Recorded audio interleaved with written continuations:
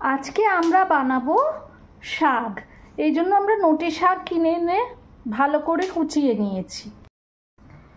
রসুন খানিকটা কুচিয়ে রেখেছি। অল্প বাদাম আমরা সর্ষের তেল কড়াইয়ে দিয়ে ভেজে তুলে রাখবো। বাদামটা একটু কড়া করে ভেজে নেব। আর লাগবে আমাদের শুকনো লঙ্কা ফোড়নের জন্য। এইবার তেলটা গরম করে আমরা এতে দেব রসুন ফোড়ন আর শুকনো লঙ্কা।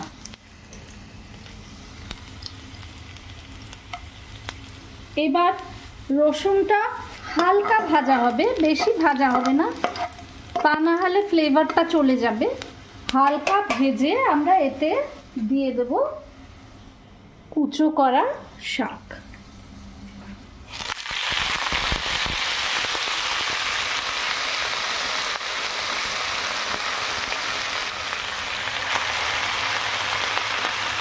ব্যাস, এইবার শাকটা দিয়ে আমরা একটু নেড়ে চেড়ে নিয়ে এটা ঢাকা দিয়ে রেখে দেব। এই যে নেড়ে চেড়ে নিলাম শাকটা, এইবার এইটাকে ঢাকা দিয়ে রেখে দেব কিছুক্ষণ।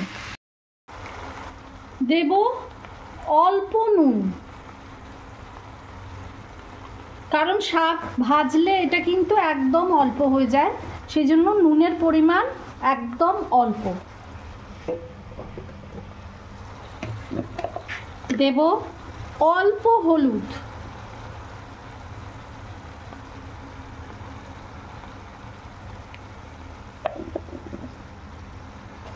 এইবার শাকটা একটু নেড়ে চেড়ে এইটা আমরা ঢাকা দিয়ে রেখে দেব।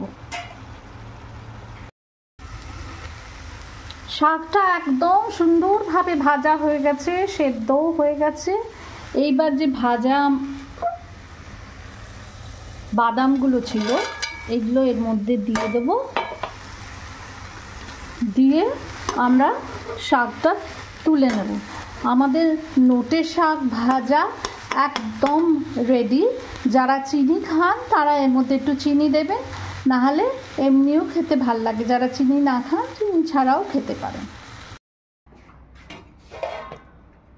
এই শাকটা ভাতের সঙ্গে খাওয়ার সময় সঙ্গে কাসুন্দি নিতে পারেন, তাহলে খেতে ভালো লাগবে।